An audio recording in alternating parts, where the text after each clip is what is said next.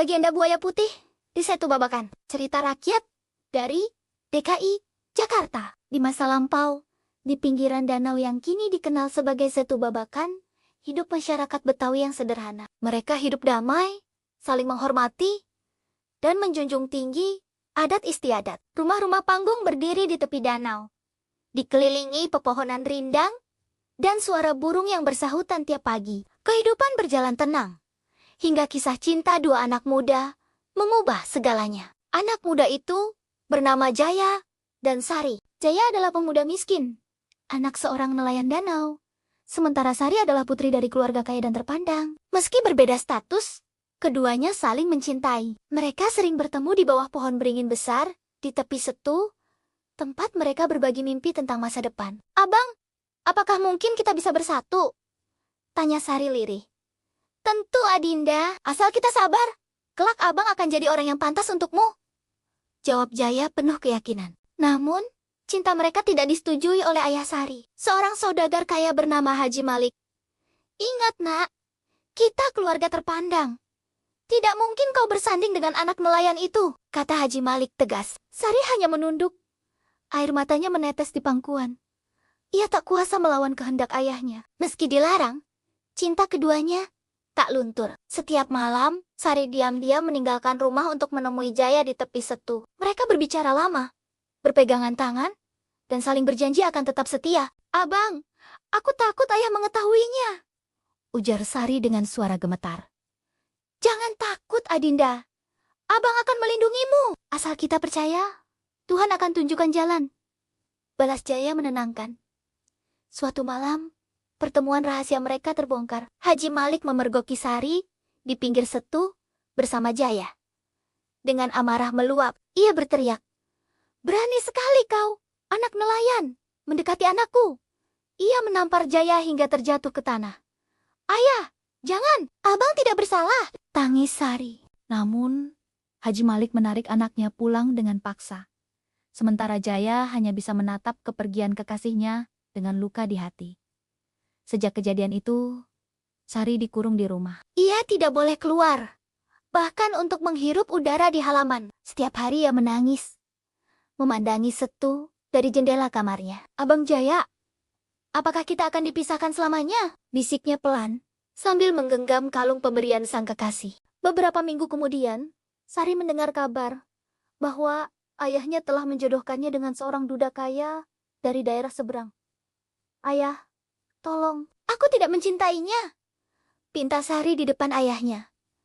"Cinta bisa tumbuh setelah menikah. Kau hanya belum mengerti hidup," jawab Haji Malik dingin. Hati Sari remuk, tapi ia tahu percuma membantah. Sore itu, ia berhasil menyelinap keluar rumah dan berlari menuju setu, tempat kenangan cintanya bersama Jaya. Di sana, ia mendapati Jaya tengah menunggu. "Abang, aku akan dijodohkan dengan orang lain," kata Sari dengan napas tersengal.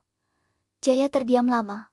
Matanya redup menatap permukaan air. "Aku tahu ini akan terjadi, Adinda. Dunia kita berbeda," ujarnya pelan. Sari menangis sambil memegangi tangan Jaya. "Kalau begitu, pergilah abang. Pergilah merantau. Perbaiki nasibmu. Aku akan menunggu sampai kapanpun." Jaya menatap kekasihnya dengan senyum getir. "Baik, Adinda, abang berjanji akan kembali sebagai orang yang pantas meminangmu." Keduanya berpelukan lama sebelum berpisah di bawah cahaya bulan. Waktu berlalu. Berbulan-bulan, Sari menunggu di tepi setu.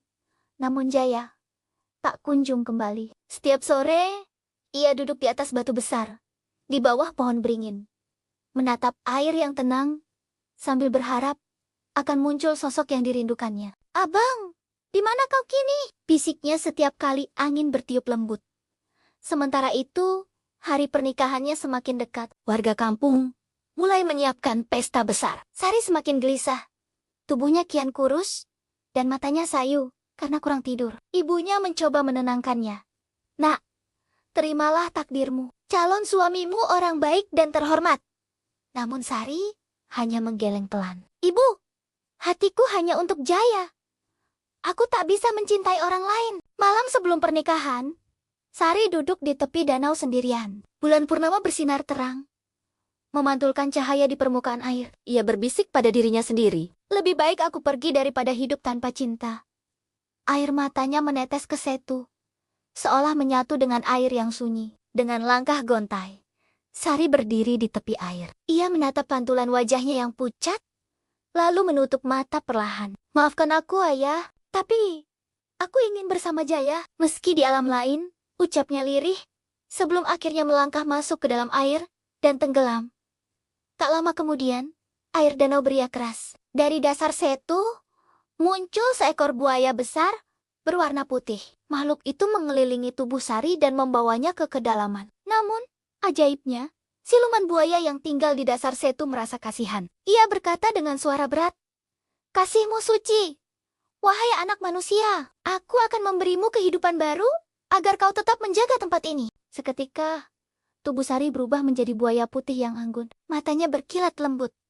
Bukan ganas seperti buaya pada umumnya. Ia menjadi penjaga Setu, pelindung bagi siapapun yang datang dengan niat baik, dan kutukan bagi mereka yang berbuat jahat. Sejak malam itu, warga sering melihat buaya putih muncul di permukaan Setu setiap bulan purnama. Mereka percaya bahwa buaya itu adalah jelmaan Sari yang menjaga tempat ia dan kekasihnya. Dulu berjanji setia. Kadang, saat senja tiba, terdengar suara lirih dari tengah danau, seperti seseorang sedang menangis. "Abang!" Aku menepati janjiku. Begitu suara itu terdengar samar, Haji Malik pun mendengar kabar itu. Hatinya hancur ketika mengetahui anaknya telah tiada. Ia menangis terseduh di tepi Setu, menyesali perbuatannya. "Sari, maafkan ayahmu. Andai waktu bisa kembali, ayah akan restui cintamu."